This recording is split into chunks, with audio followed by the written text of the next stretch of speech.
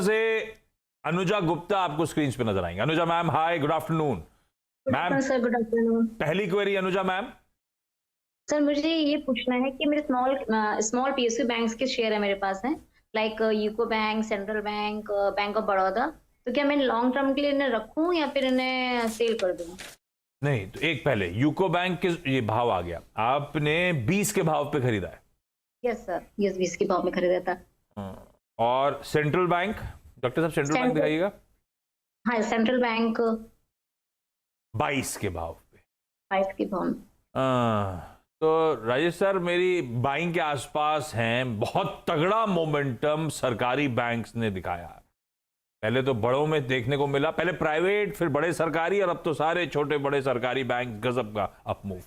ये अभी अगर मान लीजिए इसी भाव पे खरीदा है जहां पे अभी अच्छे अपमूव के बाद खड़े हुए हैं आके, क्या अभी भी लगता है आने वाले समय में और मीनिंगफुल रिटर्न्स और तेजी टूल पकड़ती हुई नजर आएगी? रखूं या फिर सरकारी बैंक्स का आमतौर पे वो इनहेरेंट बिहेवियर या सरकारी कंपनीज का बहुत अच्छे मोमेंटम के साथ सब फिजल आउट हो जाता है? डर वही है मेरा, करूं क्या?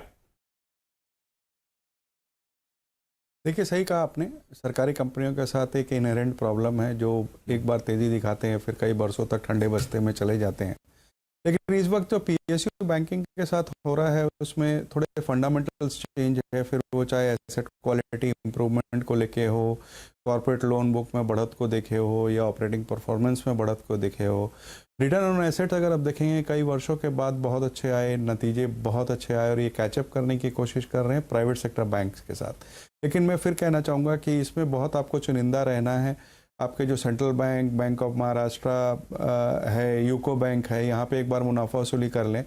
बैंक ऑफ बड़ौदा में बनी रहे, यूनियन बैंक में 15 से 20% और बढ़ता है तो वहाँ निकल जाएं। और मैं कहूँगा कि ये जो पैसे आप जो बेच के निकालेंगी, इसे स्टेट बैंक या कैनरा बैंक में स्विच कर लें।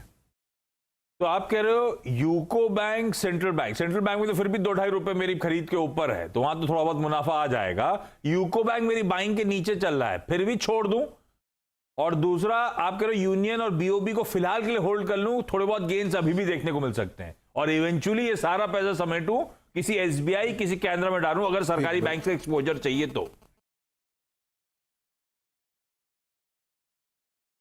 नहीं, आप बैंक ऑफ बड़ौदा से भी कंटिन्यू कर सकते हैं। हाँ भाई, यूनियन बैंक, बीओबी का, अच्छा बैंक ऑफ बड़ौदा भी रख सकते हैं सरकारियों में प्रेफर्ड पिक्स के तौर पे। मैम तो अनुजा मैम, ये आपको कॉल लेना पड़ेगा। सरकारी बैंक से एक्सपोजर लेना है, इस तरह के अच्छे मूव्स का सरकारी बैंक हो सकता है और अच्छा उछाल दिखाए, और सरकारी बैंक्स में कंफर्ट जहां है वो किसी एसबीआई, किसी बीओबी, किसी कैनरा बैंक तक सीमित है। बीओबी तो ऑलरेडी आपके पास है, बाकियों में आप मुनाफा बांधने की या एग्जिट करने के मौके, उसको स्विच करने के मौके ढूंढ सकते। इतने सारे सरकारी बैंक्स सब लंबी अवधि के लिए लिए थे, सिर्फ ट्रेडिंग के लिए लिए थे?